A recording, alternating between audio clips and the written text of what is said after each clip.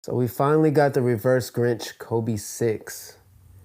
But after this video, some of y'all are gonna be reversing your transactions.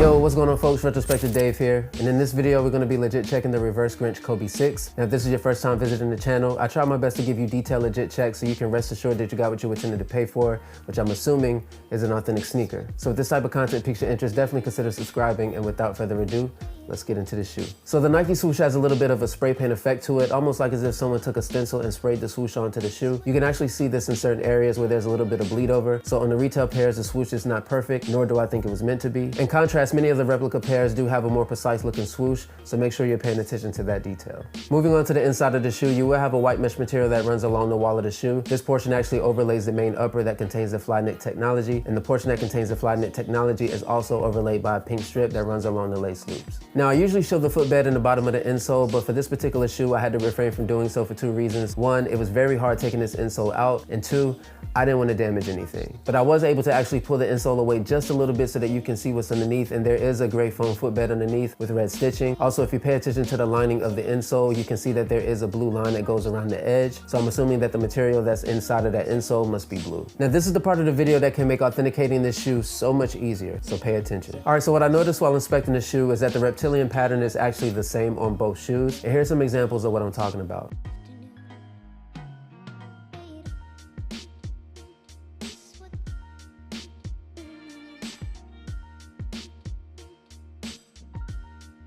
So as you can see, the reptilian pattern is actually the same on both shoes throughout the upper. Now you would think that a pattern like this would actually vary from shoe to shoe, but evidently it doesn't. So I don't think the people creating the replicas would actually pay that much attention to detail, at least not this early in the process. So this little bit of detail could actually save you from being scammed, at least for now. And last but not least, you wanna make sure that the box is clean, high quality, and features the reptilian print. Also, the paper on the inside is double textured, which means that it's rough on one side and smooth on the other. And the official colorway for this shoe is bright crimson and black. All right, folks, and that'll do it for today's legit check on the Reverse Grinch Kobe 6. Now, on a scale of 1 to 10, with 10 being the most risky to purchase online, I would definitely give this a 9 out of 10, simply because one, it's a very easy shoe to replicate, and two, it's in very high demand right now, so that makes matters even worse. So what I highly suggest you do, if you really want the shoe and you want the authentic version, definitely try to make a purchase in stores or in person so you can at least inspect what you're buying before you hand over your money. That way, if you don't like what you see, you don't have to give up your money, and you don't have to worry about the anxiety of walking away feeling like you got scammed. So if you got something useful out of this video, definitely hit the like button, consider subscribing if you haven't already. Also hit the notification bell to be notified when I upload new content so that you won't miss a video. Until then, stay fresh, blessed, and free of stress, and I will see you all in the next video.